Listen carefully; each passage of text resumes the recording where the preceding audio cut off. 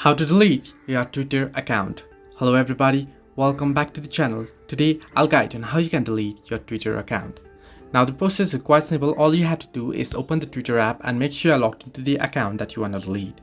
Once you log in, what you want to do is tap on the profile icon at the top left corner of your screen and then head into settings and support that you can find at the bottom left corner of your screen.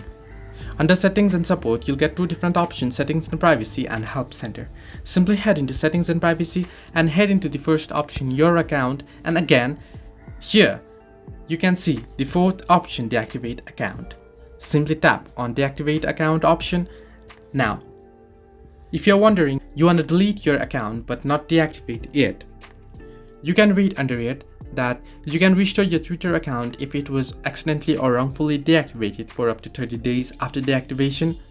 So this means essentially if you are deactivating your account, it means you are deleting your account. If you deactivate your account and not log in back again within 30 days, then your account will be deleted permanently. So to delete your account, simply tap on deactivate account option. It will ask you for password. You type in your account password and simply tap on deactivate option that you can see, and your account will be deactivated. And if you don't log in back within 30 days, your account will be deleted permanently.